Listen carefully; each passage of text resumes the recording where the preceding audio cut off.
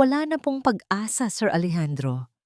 Ang mga salitang yon ay tumama sa kanya na parang isang malakas na sampal. Mas malakas pa sa lamig ng aircon sa loob ng pribadong silid ng ospital. Mas matinis pa sa walang tigil na tunog ng makinang nagpapanatili sa buhay ng kanyang kaisa-isang anak. Napatingin si Alejandro sa doktor, isang matangkad na lalaki na may buhok na nagsisimula ng mamuti. Ang muka ay seryoso at walang emosyon. Sinabi nito ang mga salita sa paraang professional na para bang nagbabasa lang ng isang ulat. We've done everything we can. For the past 6 months, wala pong pagbabago sa kondisyon ni Alon. He's in a deep coma. At this point, we have to consider the quality of life. Ngunit hindi na nakikinig si Alejandro. Ang tanging naririnig niya ay ang sarili niyang boses mula 6 na buwan na ang nakalipas. Isang boses na puno ng galit at pagkadismaya. Hindi ka pwedeng maging pintor lang, Alon. Isang Del Rosario ka. Ang negosyo ang kinabukasan mo. Nakikita pa rin niya ang mga mata ng kanyang anak. Mga matang puno ng luha at sakit. Hindi pera ang kaligayahan pa. Kailan mo ba maintindihan yan? Iyon ang mga huling salitang naririnig niya mula kay Alon bago nito padabog na isinara ang pinto ng kanyang opisina, bago ito sumakay sa kotse, bago ito na aksidente. Napayuko si Alejandro at naramdaman niya ang unti-unting pag-init ng kanyang mga mata. Isang butil ng luha ang pumatak sa kanyang kamay. Ang kasalanan. Ang bigat nito ay parang isang malaking bato na nakadagan sa kanyang dibdib sa loob ng 6 na buwan. Araw-araw, hinihiling niya sa Diyos na sana ay siya na lang, na sana ay kaya niyang bawiin ang lahat ng kanyang sinabi. Pero huli na, ang tanging nag-uugnay na lang sa kanila ng kanyang anak ay ang mahinang tunog ng makinang yon. Mahal, isang malambing na kamay ang humawak sa kanyang braso. Napalingon siya at nakita ang kanyang asawang si Isabela. Perpekto pa rin itong tingnan. Kahit sa loob ng isang ospital, ang buhok ay maayos na nakapusod. Ang damit ay simple pero elegante. Nakikinig ka ba sa sinasabi ni Dr. Ramirez? Tumangulang si Alejandro. Ano pa ba ang sasabihin niya? Na ang bawat pagtunog ng makina ay isang paalala ng kanyang pagkukulang bilang isang ama? Sir Alejandro, muling nagsalita ang doktor. Mas malumanay na ngayon. Naiintindihan ko po na ito ang pinakamahirap na desisyon sa buhay ninyo. Pero kailangan nating maging praktikal. It's the humane thing to do, mahal, segunda ni Isabela. Hinihimas ang kanyang likod. We have to let him go. We have to let him rest. Pahintuin, bitiwan, hayaan siyang magpahinga. Para kay Alejandro, ang mga salitang iyon ay nangangahulugang pagsuko, pag-amin sa kanyang kasalanan, pag-amin na nabigo siya, hindi niya kaya. Bigyan niyo muna ako ng sandali, sabi niya. Ang boses ay paos. Dahan-dahan siyang tumayo at lumabas ng silid. Kailangan niya ng hangin. Kailangan niyang makatakas sa amoy ng gamot at sa tunog ng kamatayan. Naglakad siya sa pasilyo ng ospital na walang tiyak na patutunguhan. Ang sahig na puti at makintab ay sumasalamin sa kanyang pagod na mukha. Isa siyang bilyonaryo, isang CEO, isang lalaking kayang bilhin ang lahat. Pero hindi niya kayang bilhin ang buhay ng sarili niyang anak. Huminto siya sa dulo ng pasilyo, sa harap ng isang malaking bintanang salamin. Tanaw mula roon ang magulong syudad sa ibaba. Mga kotse, mga tao, buhay na nagpapatuloy, habang ang buhay niya ay nakahinto. Hindi pa huli ang lahat para sa kanya. Isang boses ng bata ang bumasag sa kanyang pag-iisa. Napalingon si Alejandro. Sa tabi niya ay may isang batang lalaki na nakatayo. Siguro ay mga 10 taong gulang. Payat ito, ang suot na damit ay marumi at halatang mas malaki kaysa sa kanyang katawan. Ang kanyang mga paa ay walang sapin, nababalutan ng alikabok. Paano nakapasok ang isang batang kalye sa pribadong palapag na ito ng ospital. Pero ang mga mata nito, ang mga mata ng bata ay malalim at seryoso. Mayroon itong uri ng tingin na parang nakikita ang kaluluwa ni Alejandro, kasama na ang lahat ng kasalanan at bigat na dinadala niya. Anong sinabi mo? Tanong ni Alejandro. Bahagyang kumunot ang noo. Hindi na tinag ang bata. Humakbang ito palapit sa kanya. Ang anak ninyo, si Alon. Hindi pa huli ang lahat para sa kanya. Nanlamig si Alejandro. Paano nalaman ng batang ito ang pangalan ng kanyang anak? Sinusundan ba siya nito? Sino ka? Anong kailangan mo? Pera. Umiling ang bata. Isang mabilis at tiyak na pag-iling. Hindi po ako nandito para sa pera. Itinuro nito ang silid kung nasaan si Alon. Nandito po ako para sa kanya. Ano ang ibig mong sabihin? Tumingala ang bata. At sa sandaling iyon, nawala ang lahat ng ingay sa paligid. Tanging ang boses lang nito ang narinig ni Alejandro. Isang boses na kalmado pero puno ng kapangyarihan. Patayin mo ang makina. Napaatras si Alejandro na para bang nasuntok. Ano? Ang teknolohiya ninyo, sabi ng bata. Ang mga mata ay hindi kumukurap. Ang ingay ng mga aparato, ang mga gamot. Pinipigilan niya ng kanyang kaluluwa na magdesisyon. Nakakulong siya sa pagitan ng dalawang mundo. Hindi siya makapili kung babalik o aalis. Nagsimulang mag-init ang ulo ni Alejandro. Kalokohan. Isang masamang biro. Umalis ka na kung ayaw mong ipakaladkad kita sa mga gwardiya. Kailangan niyang marinig ang katahimikan. Pagpapatuloy ng bata, hindi pinapansin ang kanyang banta. Kailangan niyang maramdaman na pinagkakatiwalaan ninyo siya. Kailangan niyang malaman na binibigyan ninyo siya ng kalayaang pumili.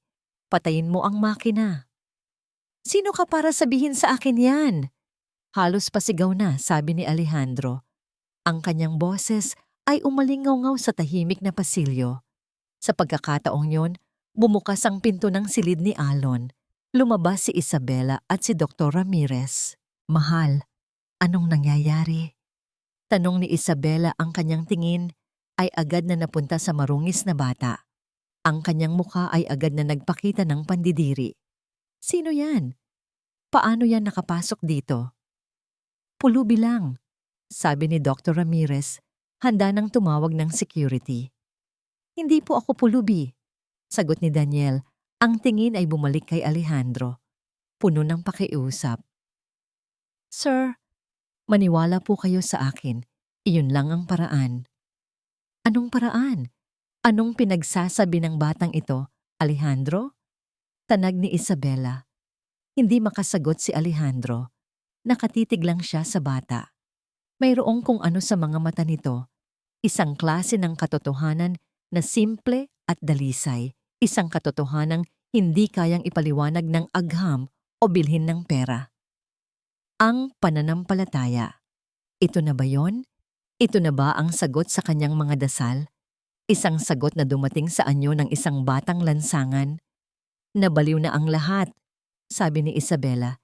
Hinihila ang braso ng asawa. Halika na, mahal. Huwag mong pakinggan iyan. Pero hindi gumalaw si Alejandro.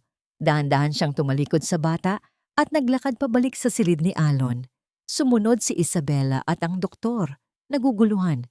Nakita nila si Alejandro na nakatayo sa tabi ng kama, nakatingin sa makinang nagbibigay buhay kay Alon. Ang flatline ay kamatayan. Ang katahimikan ay pagsuko. Iyon ang sinasabi ng kanyang isip, pero may bumubulong sa kanyang puso. Ang boses ng bata. Kailangan niyang malaman na binibigyan ninyo siya ng kalayaang pumili. Kalayaan. Ang bagay na ipinagkait niya kay Alon. Alejandro, ano ang gagawin mo? Tanong ni Dr. Ramirez, may pagbabanta sa boses. Huwag kang gagawa ng kahit anong padalos-dalos. Dahan-dahan, itinaas ni Alejandro ang kanyang nanginginig na kamay. Nakita ni Isabela ang kanyang intensyon. Ang kanyang mga mata ay nanlaki sa takot at galit. Nabaliw ka na ba, Alejandro? Ang kanyang daliri ay ilang pulgada na lang ang layo mula sa pulang switch. Ang switch na magpapatigil sa lahat. Ang switch na tatapos sa kanyang paghihirap o magsisimula ng isang bagong pasakit. Huminga siya ng malalim. Tumingin siya sa payapang mukha ni Alon. Anak, patawarin mo ako. At pinindot niya ito. Isang mahaba at nakabibinging tunog. Iyon ang pumalit sa ritmikong pag-beep ng makina. Ang tunog ng isang tuwid na linya. Ang tunog ng katapusan. Naramdaman ni Alejandro ang pagtigil ng pag-ikot ng mundo. Sa isang iglap, nawala ang lahat. Ang boses ni Isabela, ang sigaw ng doktor, ang sarili niyang paghinga. Ang tanging naroon ay ang tunog na yon. Isang walang katapusang hiyaw na sumisira sa kanyang pagkatao. Code Blue! Code Blue! Narinig niyang sigaw ni Dr. Ramirez sa malayo. Naramdaman niya ang pagmamadali ng mga nurse na pumasok sa silid. Ngunit ang pinakamalakas na ingay ay nagmula sa kanyang tabi. Mamamatay tao ka! Ang sigaw ni Isabela ay puno ng galit at sakit. Hinampas siya nito sa dibdib, paulit-ulit. Pinatay mo ang sarili mong anak. Alejandro, anong ginawa mo? Pero hindi man lang naramdaman ni Alejandro ang mga suntok. Ang kanyang mga mata ay nakapako sa kanyang anak. Sa payapang mukha ni Alon, sa dibdib nitong hindi na gumagalaw, sa tuwid na linya sa monitor. Anak, patawarin mo ako. Para siyang isang estatwang nakatayo sa gitna ng kaguluhan. Isang ama na gumawa ng isang desisyong hindi kayang maintindihan ng mundo. Isang desisyon na tila wawasak sa lahat ng natitira sa kanya. Security! Tumawag kayo ng security! Sigaw ni Isabela sa mga nurse. Baliw na siya. Kailangan siyang ilayo dito. Ngunit bago pa man may makalapit sa kanya, isang bagay ang nangyari. Isang bagay na napakaliit at napakabilis na kung hindi lang siya nakatitig ng buong pansin ay hindi niya sana napuna. Ang daliri ni Alon, ang hintuturo sa kanang kamay nito. Gumalaw. Isang maliit na pag-twitch. Napahinto sa paghinga si Alejandro. Guni-guni lang ba niya iyon? Bunga lang ba ng kanyang naghihingalong pag-asa? Hindi. Hindi maaari. Bulong niya sa sarili. Lumapit siya sa kama. Itinulak ang kamay ni Isabela na nakahawak pa rin sa kanyang braso. Idinikit niya ang kanyang mukha malapit kay Alon. Ang kanyang mga mata ay desperadong naghahanap ng kahit anong senyales. At nakita niya ito muli. Ang mga pilik mata ni Alon, kumurap, marahan, na parang isang paru-paro. Alon? Bulong ni Alejandro. Ang boses ay basag. Ang kaguluhan sa paligid niya ay unti-unting nawala. Ang sigaw ni Isabela ay naging isang mahinang ugong na lang. Ang pagmamadali ng mga doktor at nurse ay parang mga anino na lang na gumagalaw. Ang buong mundo niya ay lumiit sa espasyo sa pagitan niya at ng kanyang anak. Alon, anak, bumalik ka. Pakiusap niya, ang boses ay halos hangin na lang. Hinawakan niya ang kamay ng anak. Malamig ito, pero parang naramdaman niya ang isang bahagyang pagpisil. O baka imahinasyon niya lang. Sir, tumabi po kayo. Sabi ng isang nurse, sinusubukang ilagay ang defibrillator paddles sa dibdib ni Alon. Huwag! Sigaw ni Alejandro. Hinarangan ang kanyang anak gamit ang sariling katawan. Tumingin kayo. Alejandro, itigil mo na to. Humagulhol si Isabela. Tinutulungan lang nila siya. Pero huli na ang lahat.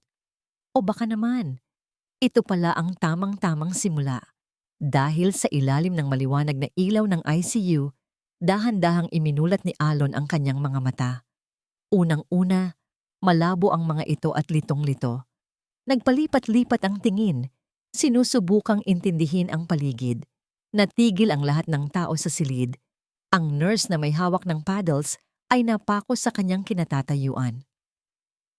Si Dr. Ramirez, ang taong dalubhasa sa siyensya at lohika, ay napanganga. Ang kanyang mukha ay larawan ng purong pagkamangha. Pati si Isabela ay natigil sa pag-iyak. Ang kanyang mga mata ay nanlalaki sa hindi makapaniwalang tanawin. Natahimik ang buong silid. Ang tanging maririnig na lang ay ang mahinang ugong ng bentilasyon. Ang mahaba at nakabibininging tunog ng flatline ay nagpatuloy. Isang kabalintunaan sa himalang nagaganap. Dahan-dahang lumingon si Alon at ang mga mata niya ay nagtagpo sa mga mata ng kanyang ama. Nagbukas ang kanyang mga labi. Sa una ay walang boses na lumabas. Isang tuyong pagsubok lang. At pagkatapos, isang salita. Mahina. Paos. Pero para kay Alejandro, ito ang pinakamagandang musika sa buong mundo. Bumigay ang mga tuhod ni Alejandro. Napaluhod siya sa tabi ng kama. Mahigpit na hinawakan ang kamay ng anak at doon, sa harap ng lahat, ang makapangyarihang si Alejandro del Rosario ay humagulhol na parang isang bata. Ang mga luha ay hindi na dahil sa kasalanan o pagsisisi. Ito ay mga luha ng dalisay na pasasalamat. Anak, nandito ka, sabi niya sa gitna ng kanyang mga hikbi. Nagbalik ka. Salamat sa Diyos. Nagbalik ka. Hinalikan niya ang kamay ni Alon. Paulit-ulit. Hindi na niya pinansin ang gulat ng mga doktor na ngayon ay nagmamadaling suriin ang vital signs ni Alon. Nagsisigawan ng mga terminong medikal na hindi na maintindihan ni Alejandro. Wala na siyang pakialam sa paliwanag. Ang mahalaga ay ang himala. At ang dahilan ng himala, ang bata. Si Daniel. Bigla siyang napatayo. Ang puso ay puno ng isang bagong emosyon. Pagtanaw ng utang na loob. Kailangan niyang hanapin ang batang iyon. Kailangan niyang pasalamatan. Kailangan niyang... Humarap siya sa may pinto. Ang kanyang mga mata ay hinahanap ang payat na figura. Ang malalalim na mga mata. Inaasahan niyang makikita itong nakatayo roon. Tahimik na nanonood. Pero wala. Ang pasilyo ay walang tao. Maliban sa ilang nurse na nagtataka sa kaguluhang nangyayari sa loob, mabilis siyang lumabas ng silid. Nasaan yung bata? Tanong niya sa unang nurse na nakita niya. Yung batang lalaki na marungis, yung kausap ko kanina. Tumingin sa kanya ang nurse na may pagtataka. Bata po, sir. Wala po akong nakitang bata dito. Mahigpit po ang security sa floor na ito. Nagpalinga-linga si Alejandro. Tumingin siya sa kaliwa, sa kanan, sa dulo ng pasilyo. Wala.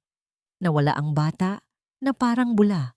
4 na araw na ang nakalipas mula nang maganap ang tinatawag nilang himala. Para kay Isabela, isa itong bangungot. Nakaupo siya sa isang mamahaling silya sa tabi ng kama ni Alon. Nakangiti siya. Isang perpektong nangiti na pinraktis niya ng maraming beses sa salamin. Ang uri ng nangiti na nagpapakita ng pag-aalala at pagmamahal ng isang ina. Kumusta ang pakiramdam mo, anak? Tanong niya. Inaayos ang kumot na nakabalot kay Alon. Okay lang po, Tita Isabela. Sagot ni Alon. Ang boses ay medyo malakas na ngayon. Medyo nangangalay lang po ang katawan ko. Siyempre naman, 6 na buwan ka ring natulog, sleeping prince. Biro ni Alejandro mula sa kabilang panig ng kama. Nagtawanan ng mag-ama.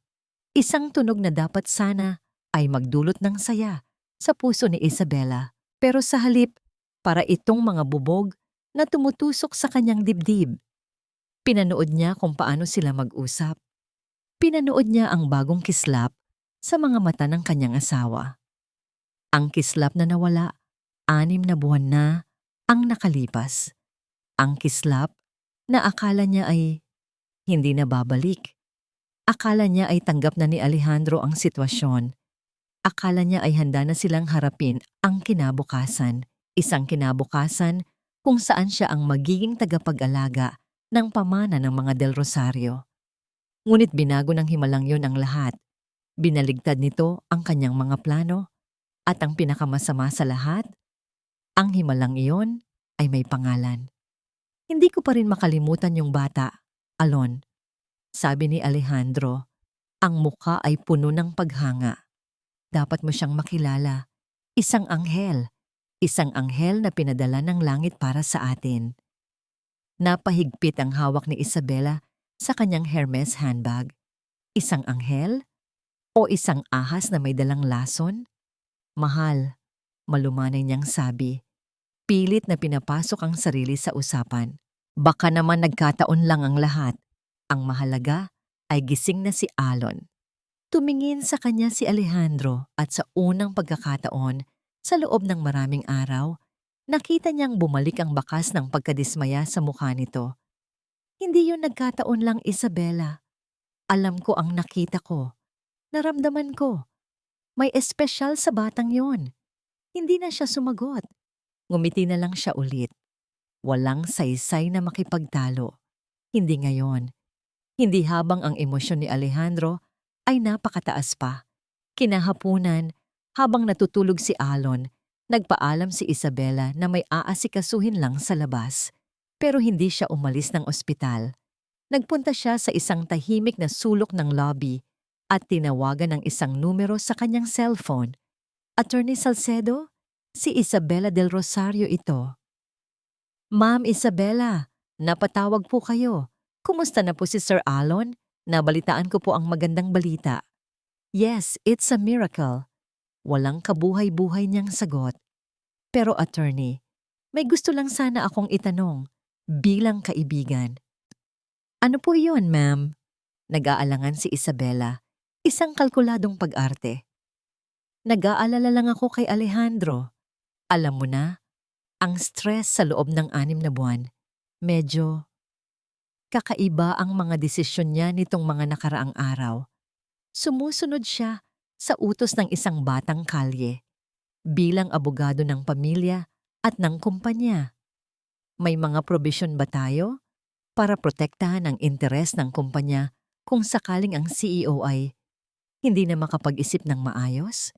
Hindi niya direktang sinabi, pero alam niyang nakuha ng abogado ang ibig niyang sabihin. Naiintindihan ko po ang pag-aalala ninyo, ma'am. Sagot ng abogado. Hayaan niyo po at babasahin kong muli ang corporate bylaws. I will get back to you. Salamat, attorney. Confidential lang sana ito. Pagkatapos ng tawag, pakiramdam niya ay bahagyang gumaan ang kanyang loob. Nagtanim na siya ng unang binhi, ngunit hindi yun sapat. Kailangan niyang malaman kung sino ang kalaban. Tinawagan niya ang kanyang personal na assistant, si Rico. Rico, may ipapagawa ako sa'yo. Importante ito at walang dapat makaalam, kahit si Sir Alejandro. Ano po iyon, ma'am? May isang batang lalaki, mga 10 taong gulang, payat, marungis. Huli siyang nakita dito sa St. Luke's 4 na araw na ang nakalipas. Hanapin mo siya.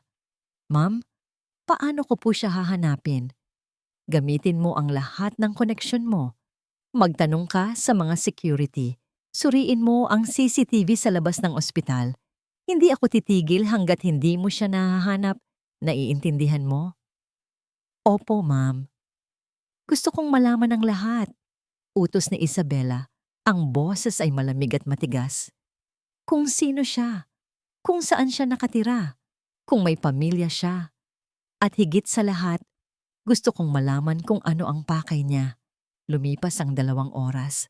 Pabalik na si Isabela sa silid ni Alon nang tumunog ang kanyang cellphone.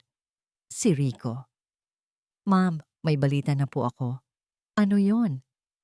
Nahanap na po namin siya.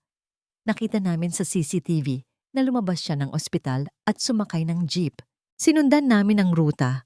Nakatira po siya sa isang barong-barong sa ilalim ng tulay sa may tondo.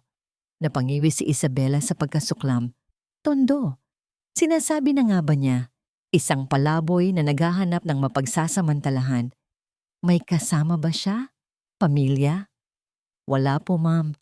Mula sa pagmamanman namin, mukhang mag-isa lang po siya sa buhay.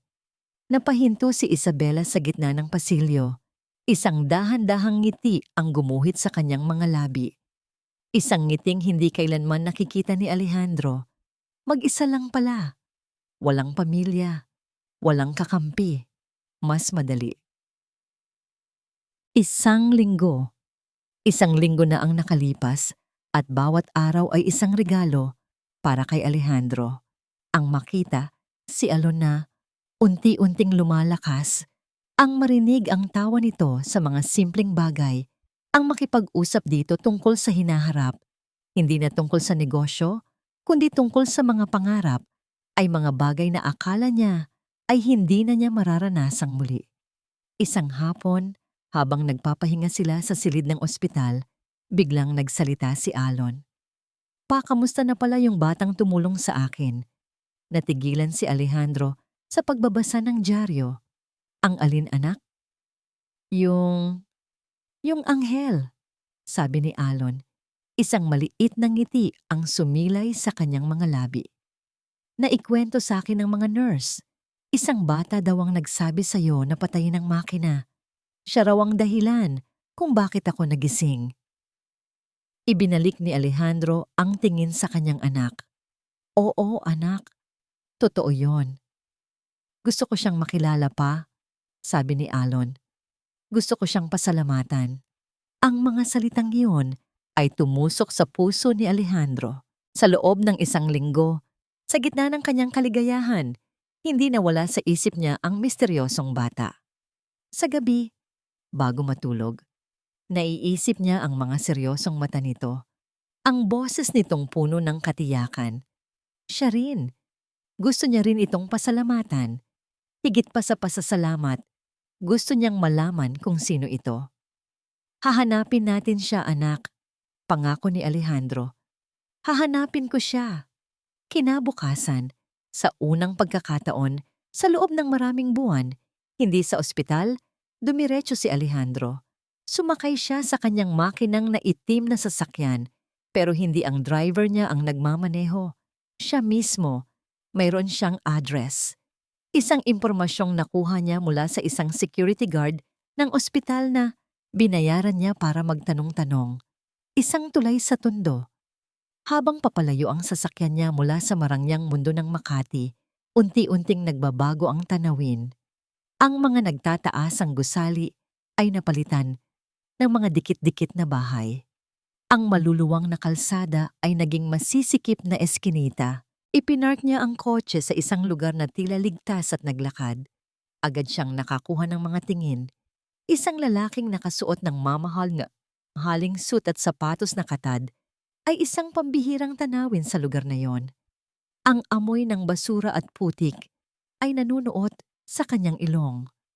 Ang ingay ng mga nag-iinuman kahit umaga pa lang at ang yakan ng mga bata ay ingay na hindi niya sanay marinig. Ito ang mundong hindi niya kailanman pinansin. Ang mundong tila umiiral sa ilalim ng kanyang mga paa habang siya ay nasa tuktok ng kanyang toreng garing. Isang pamilyar na bigat ang muling dumagan sa kanyang dibdib. Ang kasalanan.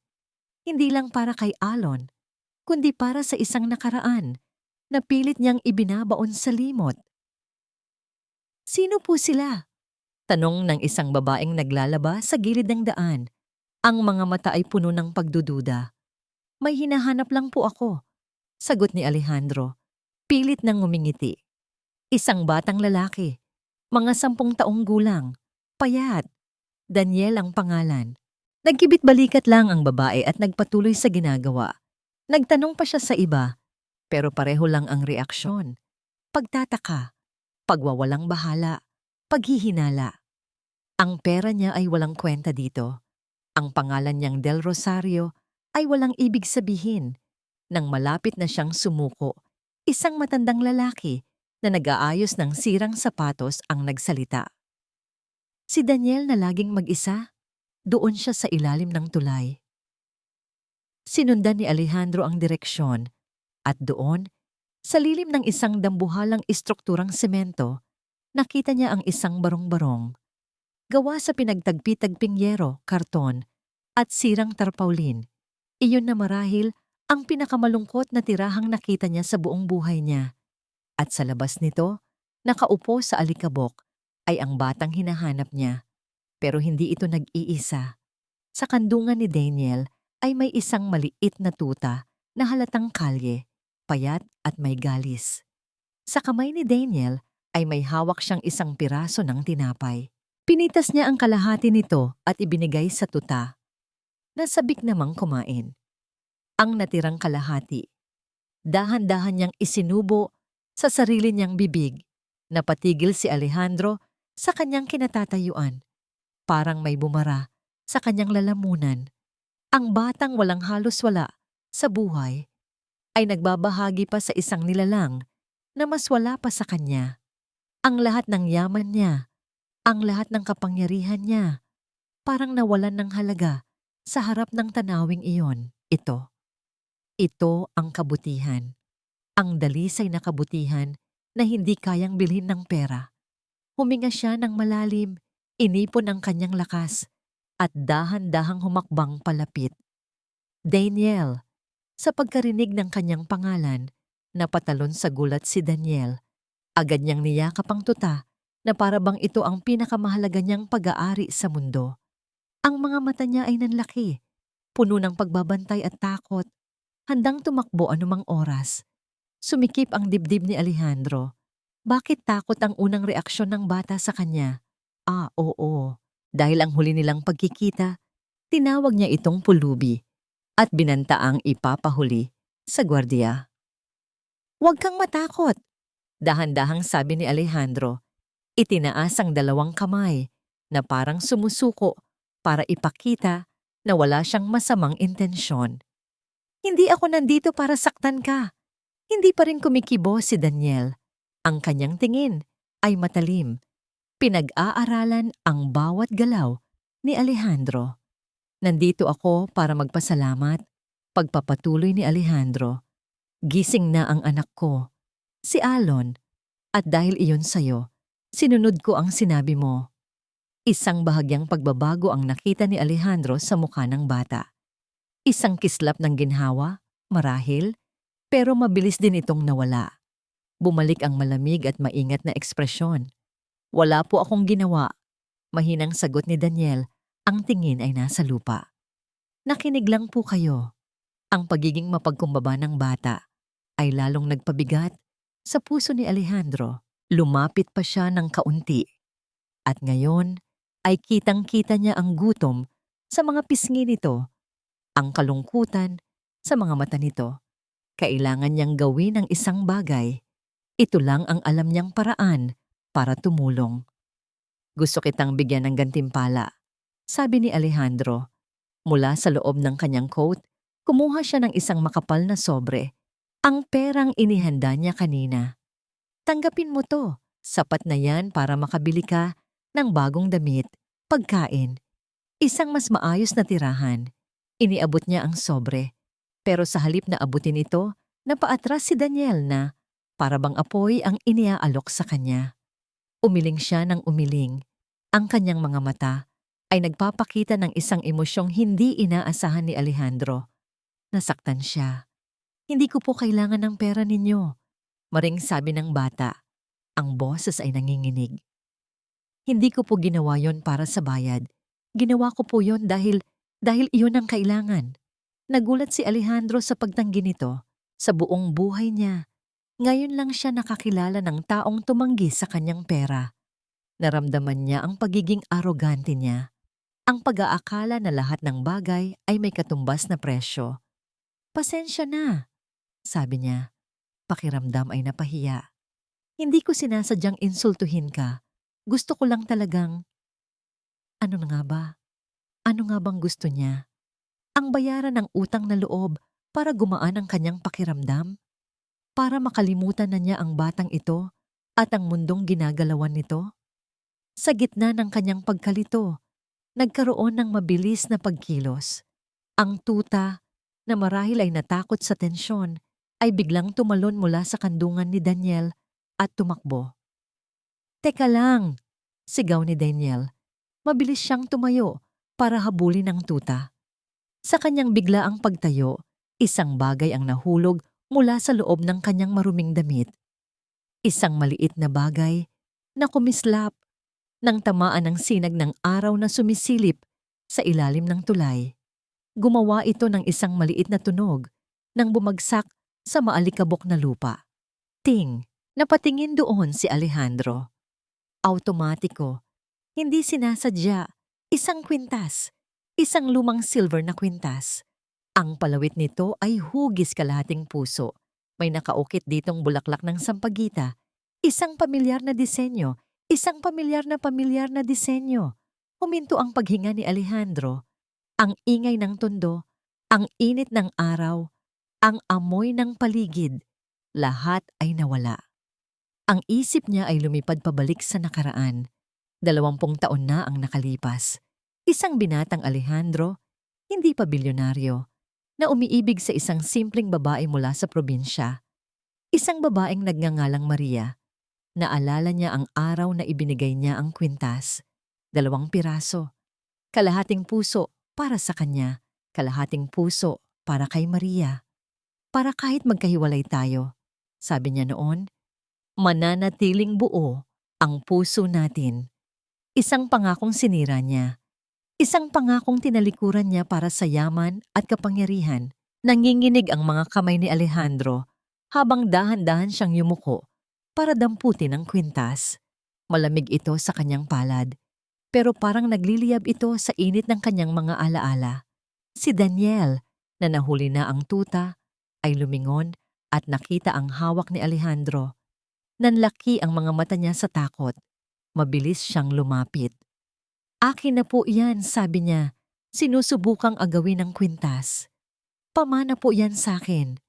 Pero hindi bumitiw si Alejandro. Tumingin siya sa bata.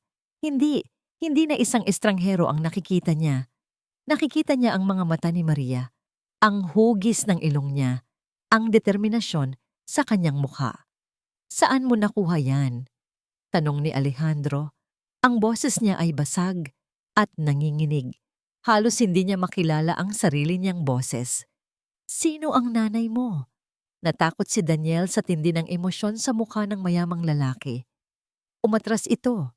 Ang mga mata ay nagsimulang mamasa. Niyakap niyang muli ang kanyang tuta. Sa isang mahinang bulong, halos hindi marinig, sinabi niya ang pangalan. Maria. Binitiwan ni Alejandro ang kwintas. Bumagsak itong muli sa lupa.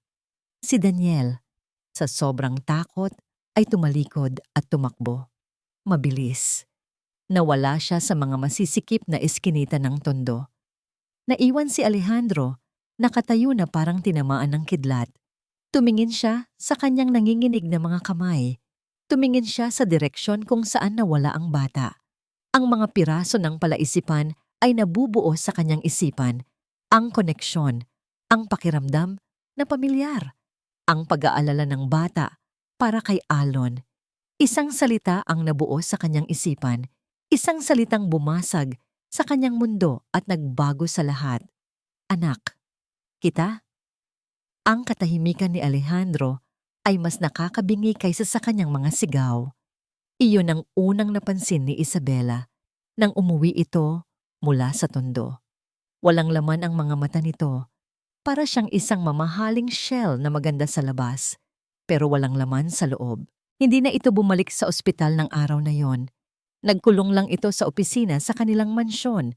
Hindi ito kumain, hindi ito nagsalita. Pinanood siya ni Isabela mula sa malayo. Sa loob ng 5 taon nilang pagsasama, natutunan na niyang basahin ang bawat kilos ng kanyang asawa. Alam niya kung kailan ito galit, kung kailan ito masaya, kung kailan ito pagod. Pero itong klaseng katahimikan na ito, bago at mapanganib. Anong nangyari? Tanong niya sa driver na kasama ni Alejandro kanina, nang masiguro niyang wala ang asawa sa paligid. Hindi ko po alam, ma'am. Sagot ng driver, halatang kinakabahan. Pinuntahan lang po namin yung bata sa ilalim ng tulay. Nag-usap lang po sila saglit. Tapos pagbalik ni Sir sa kotse, ganyan na po siya. Tahimik. Ang bata. Palaging ang bata. Kinutuban na si Isabela. Ang epekto ng batang iyon kay Alejandro ay hindi normal. Hindi ito simpleng utang na loob. May mas malalim na dahilan. At gagawin niya ang lahat para malaman kung ano yon.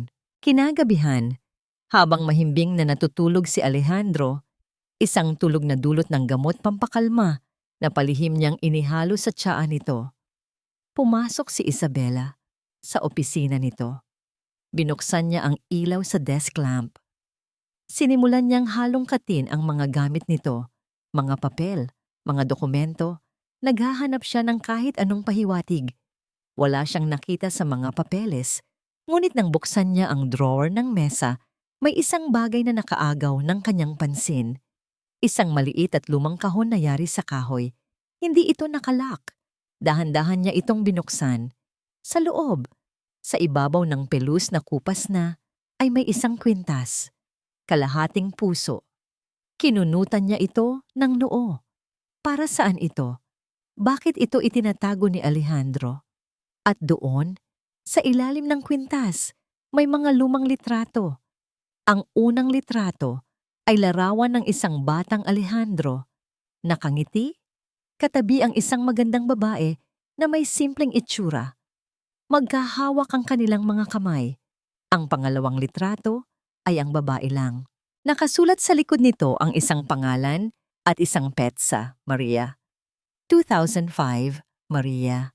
Ang pangalan mula sa nakaraan na palagi niyang naririnig sa mga usapan ng mga matatandang kasambahay.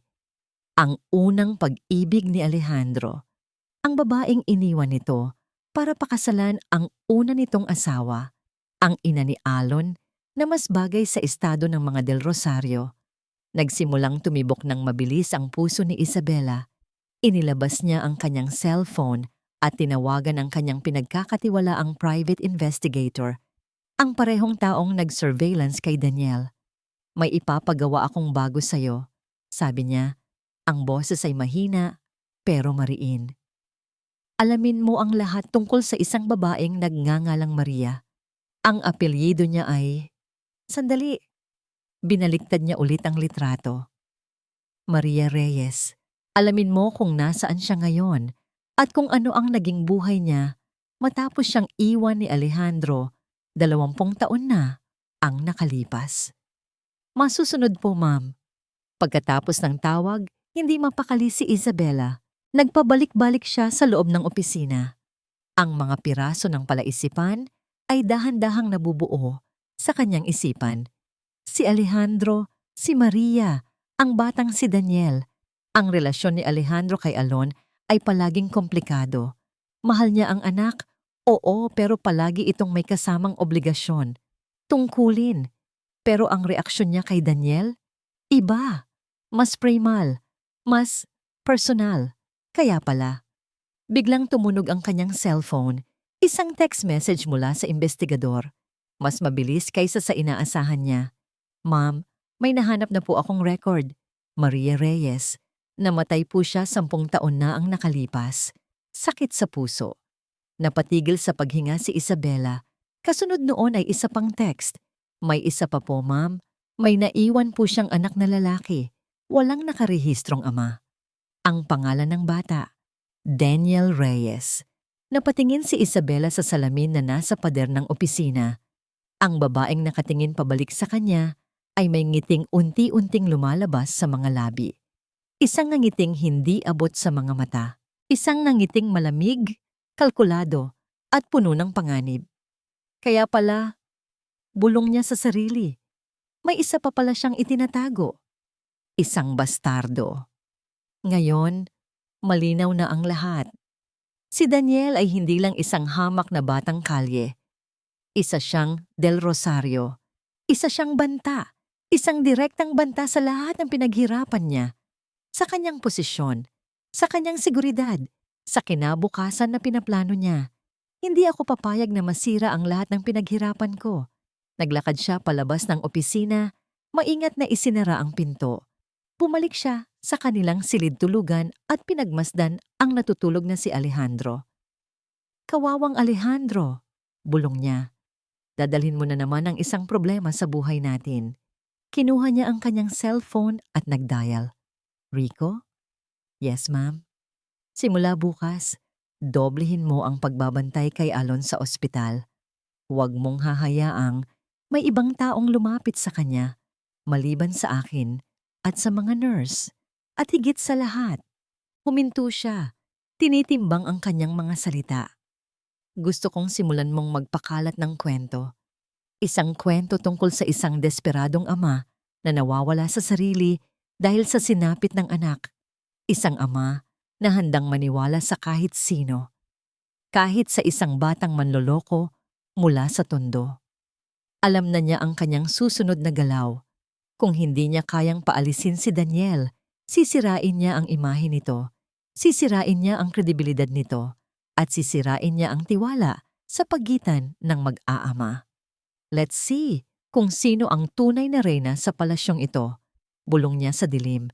Ang laro ay nagsimula na. Ang unang linggo pagkatapos niyang magising ay puro liwanag. Ang liwanag ng muling paggising. Ang liwanag sa mga mata ng kanyang ama. Ang liwanag ng isang bagong pag-asa. Pakiramdam ni Alon ay nabigyan siya ng pangalawang pagkakataon, hindi lang para mabuhay, kundi para ayusin ang relasyon nila ng kanyang papa. Wala nang pag-uusap tungkol sa negosyo, wala nang pilitan. Ang naroon lang ay isang amang sabik na makabawi, na handang makinig sa kanyang mga pangarap. Halos perpekto na sana, ngunit ang liwanag na yon ay dahan-dahang nilalamon ng isang anino. At ang aninong yon ay may pangalan, Daniel. Nagsimula ito isang araw nang dumating ang kanyang ama sa ospital na may kasamang isang batang lalaki. Payat ito at halatang hindi sanay sa magagarang damit na suot. Ang mga mata nito ay laging nakatingin sa sahig, puno ng hiya at pag-aalinlangan. Alon anak, sabi ng kanyang papa, ang ngiti nito ay abot tenga. Siya si Daniel. Siya ang anghel na nagligtas sa'yo. Sinubukan ni Alon na ngumiti. Sinubukan niyang magpasalamat. Pero may kung anong malamig na gumapang sa kanyang dibdib. Ito ba yon? Ang batang ito, na mukhang mas kailangan pa ng tulong kaysa sa kanya, ang dahilan ng lahat? Salamat, sabi niya. Pero ang boses niya ay walang sigla. Sa mga sumunod na araw, palaging nandyan si Daniel. Dala-dala siya ng kanyang papa. Ibinibili siya ng mga bagong damit, mga laruan, mga libro. Nakikita ni Alon kung paano nagliliwanag ang mukha ng kanyang ama habang tinuturuan nito si Daniel na magbasa. Nakikita niya kung paano sila nagtatawanan. At sa bawat tawang yon, parang may kung anong nababawas sa kanya. Pasensya ka na sa papa mo, anak, sabi sa kanya ni Tita Isabela isang hapon, habang inaayusan nito ang mga bulaklak sa kanyang silid. Ang boses nito ay puno ng pag-unawa. Baka masyado lang siyang na-stress. Huwag mong isipin na pinapalitan ka na niya. Ang mga salitang yon, pinapalitan ka na niya. Hindi dapat niya iyon iisipin. Pero ang lason ay naitanim na. Nagsimula niyang mapansin ang mga bagay-bagay, kung paano nahuhuli sa pagbisita ang papa niya dahil may inasikaso lang para kay Daniel. Kung paanong ang usapan nila ay laging napupunta sa kung gaano katalino o kabait si Daniel. Alam mo ba anak, sabi minsan ni Alejandro, balak kong pag-aralin si Daniel, sayang ang talino ng batang yon. Ang hindi na nakasagot si Alon, pakiramdam niya ay siya, ang tunay na anak, ang nawawalan ng halaga. 6 na buwan siyang tulog, at paggising niya, may bago ng bida sa buhay ng ama niya. Ang selos ay isang lason na dahan-dahang kumakalat. Ginagawa nitong pangit ang maganda. Ginagawa nitong kasinungalingan ang totoo. Isang araw, hindi na niya napigilan ang sarili. Kaaalis lang ni Daniel at ng kanyang ama. Iniwan sa ibabaw ng kanyang mesa ang isang bagong aklat na may magandang pabalat. Regalo daw para kay Daniel. Pa, sabi niya, sinisikap na maging kalmado. O anak? Sino ba talaga ang batang yan, pa? Napahinto si Alejandro. Nakita ni Alon ang pag-aalinlangan sa mga mata nito. Ang pag-aatubili. Isa siyang biyaya, anak. Sagot nito. Biyaya? O bago mong proyekto? Bago mong responsibilidad? Tanong ni Alon. Ang pait ay hindi na niya maitago.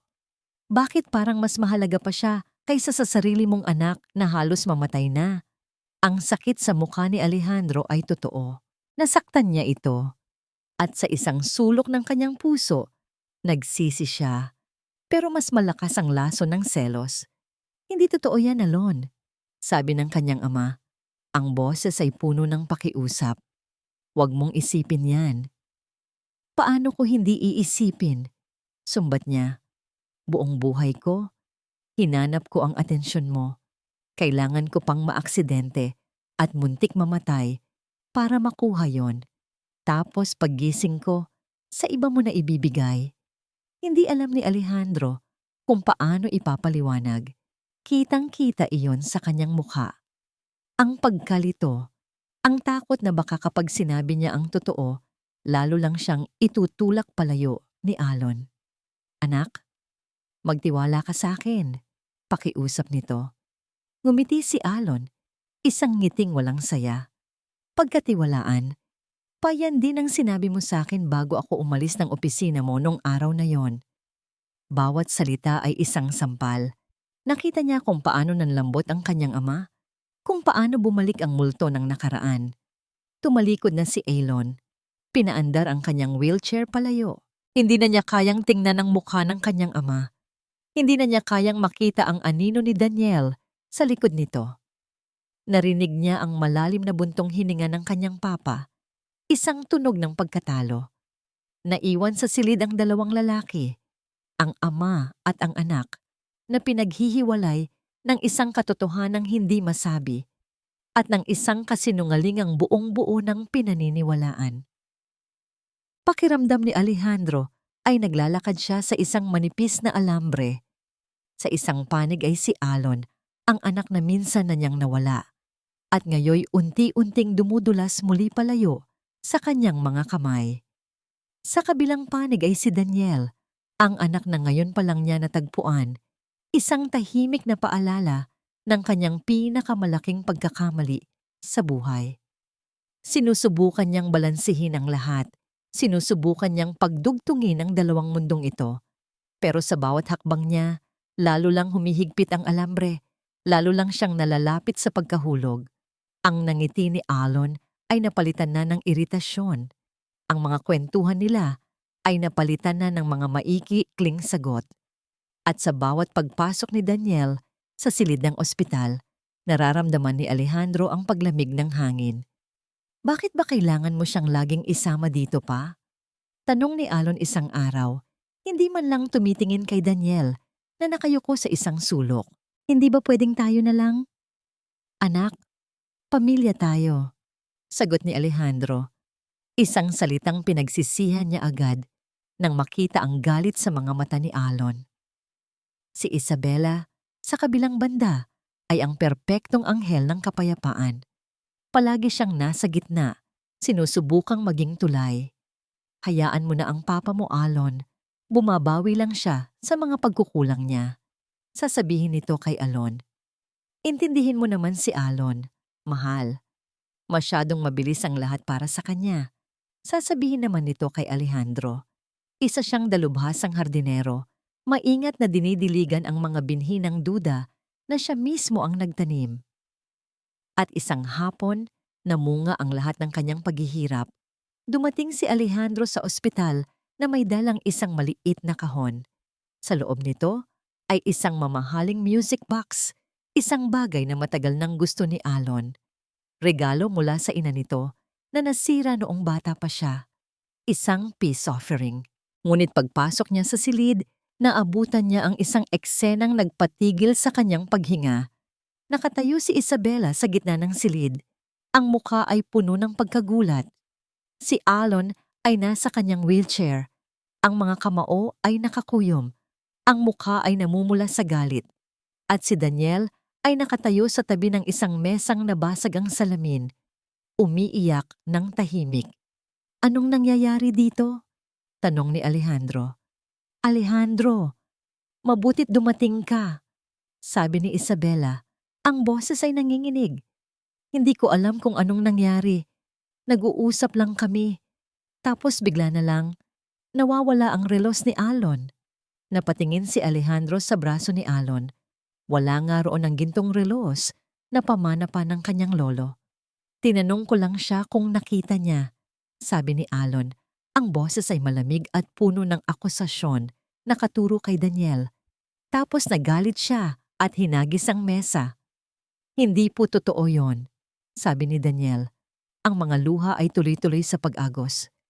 Hindi ko po kinuha. Hindi ko po alam. Sinunggaling, sigaw ni Alon. Nakita kitang nakatingin doon kanina. Siguro nainggit ka kasi kahit kailan hindi ka magkakaroon ng ganyan. Alon, itigil mo yan, saway ni Alejandro. Lumapit siya para protektahan si Daniel. Bakit pa? Kakampihan mo na naman siya, hamon ni Alon. Ang bastardo mo kaysa sa lehitimo mong anak? Ang salitang bastardo ay tumama kay Alejandro na parang isang sampal. Napatingin siya kay Isabela na nagpakita ng pekeng pagkagulat. Alam niya. Alam ni Isabela ang lahat at ginagamit niya ito. Huwag mong sabihin yan, mahinang sabi ni Alejandro. Bakit hindi? Dahil totoo? Tumawa si Alon ng walang saya. Nakita ko kung paano mo siya tingnan pa. Akala ko ba anghel siya? Hindi pala. Isa lang pala siyang magnanakaw. Hindi ako magnanakaw. Sigaw pabalik ni Daniel. Ang sakit sa kanyang boses ay sapat na para durugin ang puso ni Alejandro. Sapat na! Sigaw ni Alejandro. Mas malakas kaysa sa kanilang lahat. Pero huli na. Ang lason ay kumalat na ng husto. Kung maniniwala ka sa kanya, sabi ni Alon, ang mga mata ay puno ng ultimatum. Kung hindi mo siya papalabasin dito ngayon, kalimutan mo nang may anak ka pa. Napatitig si Alejandro kay Alon.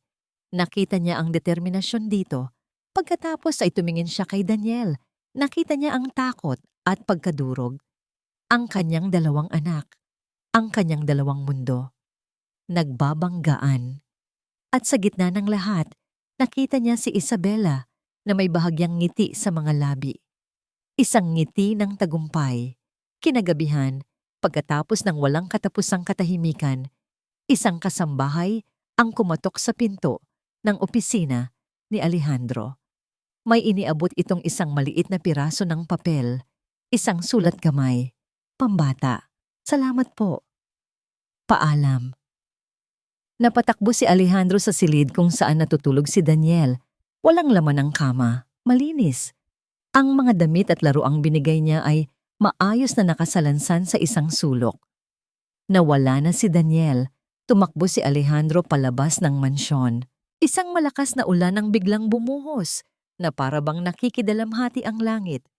Tumayo siya sa gitna ng malawak nilang hardin, hinahayaan ng sarili na mabasa ng ulan. Ang luhang bumabagsak mula sa kanyang mga mata ay humahalo sa patak ng ulan. Sinigaw niya ang kanilang mga pangalan. Alon! Daniel! Ang tanging sumagot ay ang kulog. At ang walang katapusang buhos ng ulan, nasa kanya na sana ang lahat. Ang anak na nagbalik, ang anak na natagpuan. Ngayon, sa isang iglap, nawala silang pareho. Naiwan siyang mag-isa sa gitna ng bagyo, sa loob at labas ng kanyang pagkatao. Ito na ang pinakailalim. Ang lahat ay nawala. Ang umaga pagkatapos ng bagyo ay laging kakaiba. Tahimik. Ang hangin ay malinis. Ang lahat ng dumi ay nahugasan na. Ganoon ang naramdaman ni Alejandro. Pagkatapos ng gabing iyon, ng pagkawala ni Daniel at ng pag-iyak niya sa ilalim ng ulan, isang bagay sa loob niya ang namatay. Ang kanyang pag-aalinlangan, ang kanyang kahinaan, ang kanyang pagnanais na pagbigyan ng lahat. Ang natira ay isang malamig at matigas na determinasyon. Nagkulong siya sa kanyang opisina. Hindi na niya sinubukang kausapin si Alon na nagkulong din sa sarili nitong silid. Hindi na rin niya pinansin si Isabela na pilit na nagpapakita ng pekeng pag-aalala. Sa halip, umupo siya sa kanyang mesa at nagsimulang mag-isip. Binalikan niya ang bawat pangyayari, bawat salita, bawat tingin. Inalis niya ang lahat ng emosyon. Tiningnan niya ang mga ito na parang isang kaso sa negosyo. Isang problemang kailangang solusyonan. Paano nalaman ni Alon ang salitang bastardo? Hindi niya yon sinabi. Si Daniel ay hindi nagsasalita. Sino ang nagtanim ng salitang yon? Sa isip ni Elon. Ang biglaang pagkawala ng relos. Perpekto ang tiyempo. Masyadong perpekto. At si Isabela. Ang kanyang mga salita na tila nagpapakalma pero sa totoo lang ay nagbubuhos ng gasolina sa apoy. Ang kanyang nangiti ng tagumpay sa ospital. Nagsimulang magduda si Alejandro. Isang malalim at malamig na pagdududa. Kinuha niya ang kanyang telepono at tinawagan ang pinuno ng kanyang security team. Isang lalaking tapat sa kanya sa loob ng 20 taon. Renato? Sabi niya. Ang boses ay kalmado pero may bakal. May ipapagawa ako sa'yo. Top priority at absolutely confidential. Walang dapat makaalam, lalo na si Ma'am Isabela. Ano po iyon, sir? I-review mo ang lahat ng CCTV footage sa mansyon sa loob ng nakaraang linggo, lalo na sa hallway malapit sa kwarto ni Alon dito sa bahay at sa kwarto niya sa ospital. Hanapin mo ang kahit anong kahina-hinala at hanapin mo si Daniel. Ilang oras lang ang lumipas, pumasok si Renato sa kanyang opisina, dala ang isang tablet. Sir, may nakita po kami. Pinakita niya kay Alejandro ang isang video. Kuha ito mula sa isang nakatagong kamera sa pasilyo ng ospital, isang araw bago ang insidente. Nakita ni Alejandro si Isabela na maingat na pumasok sa silid ni Alon habang natutulog ito. Paglabas nito, may kung anong maliit at kumikinang sa kamay nito bago niya ito ibulsa. Ang relos. Sumunod ay isang video mula sa araw mismo ng insidente. Habang nagkakagulo, isang anino ang makikita sa gilid ng video. Si Isabela. Itinapon niya ang relos sa ilalim ng isang sofa kung saan imposibleng makita ito kaagad. Iyon na. Ang ebidensya. Malamig. Malinaw. Hindi maikakaila. Hindi sumigaw si Alejandro. Hindi siya nagmura. Isang malamig na galit lang ang gumapang sa kanyang sistema. Ang babaeng pinakasalan niya, ang babaeng pinagkatiwalaan niya sa kanyang pamilya, ay isang ahas. Nahanap niyo na ba si Daniel? Tanong niya kay Renato. Opo, sir. Nagtatago po siya sa isang lumang simbahan sa Quiapo. Ayaw po niyang umalis. Takot po siya. Tumayo si Alejandro. Isinuot niya ang kanyang coat. Mayroon ng liwanag sa kanyang mga mata. Hindi na ito ang liwanag ng pag-asa, kundi ang apoy ng katarungan. Manatili kayo dito. Huwag ninyong hahayaang umalis ng bahay si Ma'am. At ihanda mo ang lahat ng guard. Papunta na ako kay Alon. Bago siya umalis, dumaan muna siya sa Quiapo. Natagpuan niya si Daniel sa loob ng madilim na simbahan, nakaupo sa isang bangko sa pinakalikod, yakap-yakap ang kanyang sarili. Umupo si Alejandro sa tabi niya. Hindi sila nagsalita ng ilang minuto. Patawarin mo ako. Basag ni Alejandro sa katahimikan. Tumingin sa kanya si Daniel. Ang mga mata ay puno ng luha. Kasalanan ko po lahat. Hindi, mariing sabi ni Alejandro. Walang kang kasalanan. Ako ang may kasalanan. Hinayaan kong mangyari ito. Hinayaan kong saktan kanila. Huminga siya ng malalim. Pero hindi na mauulit. Inilahad niya ang kanyang kamay. Halika Daniel, oras na para umuwi. Tumingin siya sa mga mata ng bata. Anak, sa unang pagkakataon, nakita ni Alejandro ang isang totoong nangiti mula kay Daniel. Isang nangiting nagpabura sa lahat ng sakit. Pagbalik nila sa mansyon, sinalubong sila ng katahimikan. Naabutan nila si Alon sa sala, nakaupo sa kanyang wheelchair, nakatingin sa kawalan. Si Isabela ay nandoon din, nagbabasa ng magazine, na para bang walang nangyari. Alejandro, nagbalik ka! Sabi ni Isabela, tatayo sana para salubungin siya, pero napahinto nang makita niya si Daniel sa likod nito. Anong ginagawa niya dito? Hindi pinansin ni Alejandro si Isabela. Lumuhod siya sa harap ni Alon. "Anak, kailangan nating mag-usap." Ipinakita niya ang video sa tablet. Pinanood ni Alon ang lahat. Ang pagkuha ni Isabela sa relos, ang pagtatago nito, ang bawat galaw, bawat kasinungalingan. Ang mukha ni Alon ay dumaan sa pagkalito, pagtataka, at sa huli, sa masakit na pagkaunawa. "Tita?" Mahinang tanong niya, tumingin kay Isabela. Nawala ang lahat ng kulay sa mukha ni Isabela. Alam niyang huli na ang lahat. "Alon, baby, hindi totoo yan," sabi niya, sinusubukang lumapit. "Edited yan. Frame up. Pinagtutulungan nila ako." Pero ang galit sa mga mata ni Alejandro ay pumigil sa kanya. "Bakit?" tanong ni Alon. Ang mga luha ay nagsisimulang mamuo sa kanyang mga mata.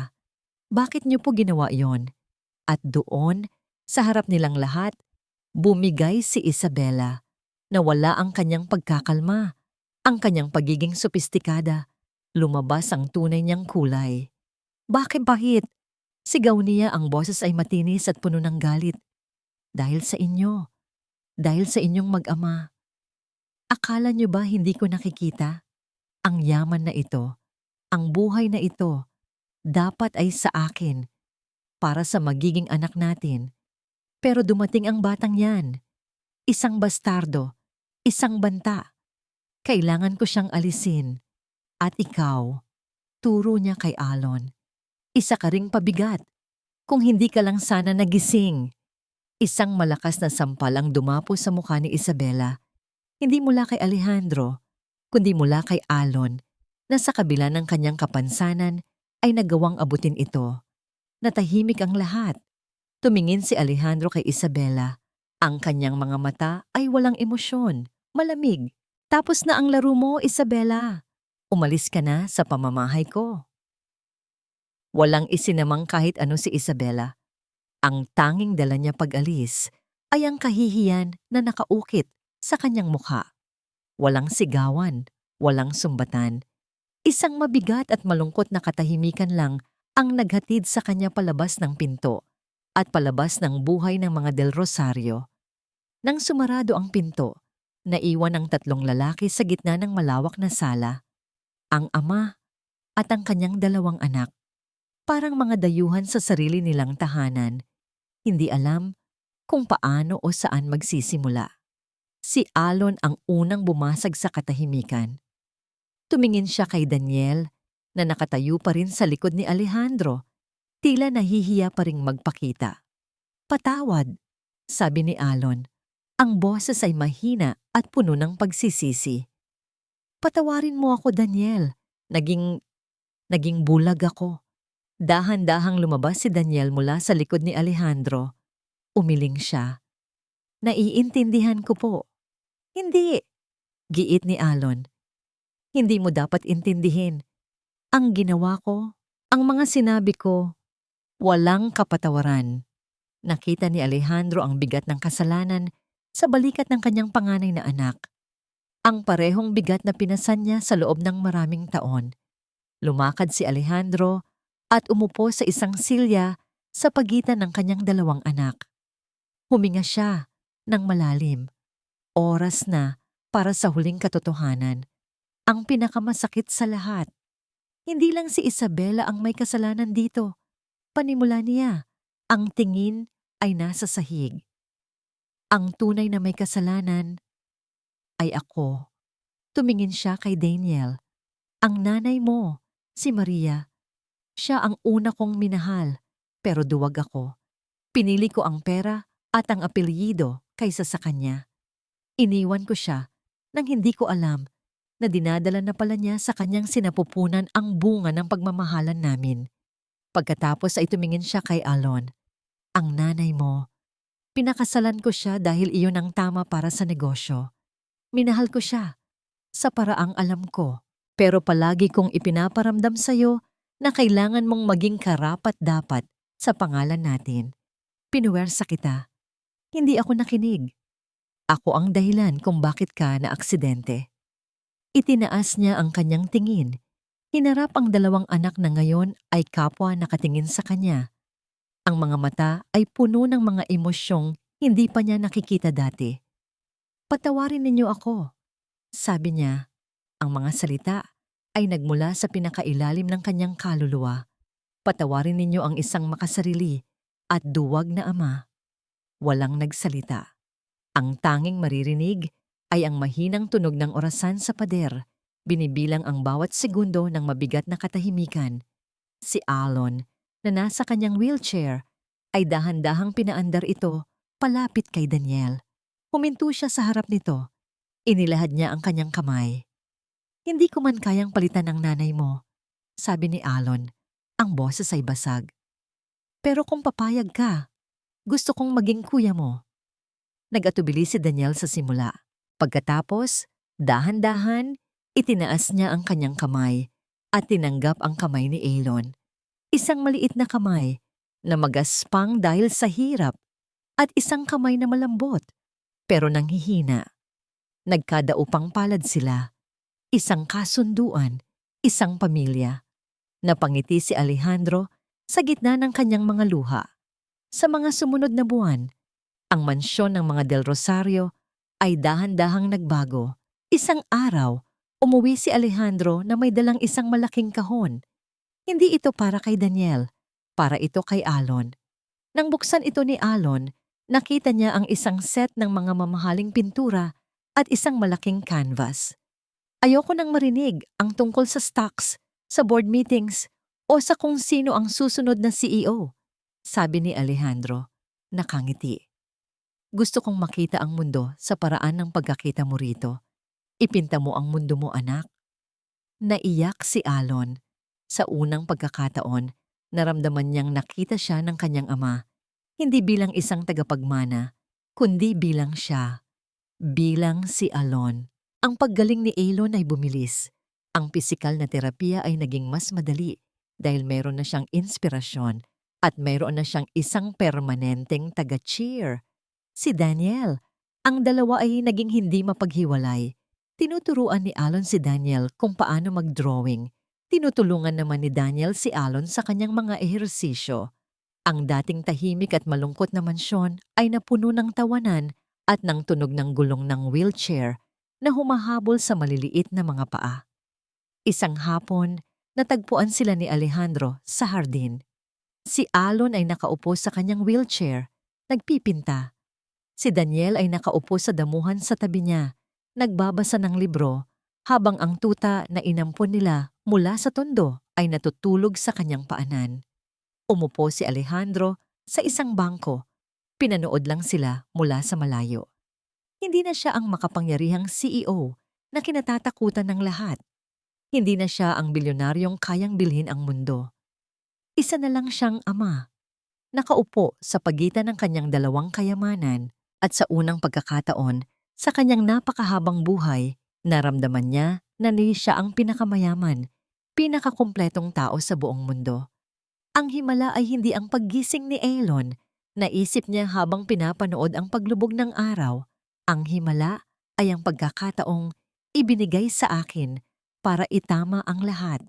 Ito ang aming bagong simula.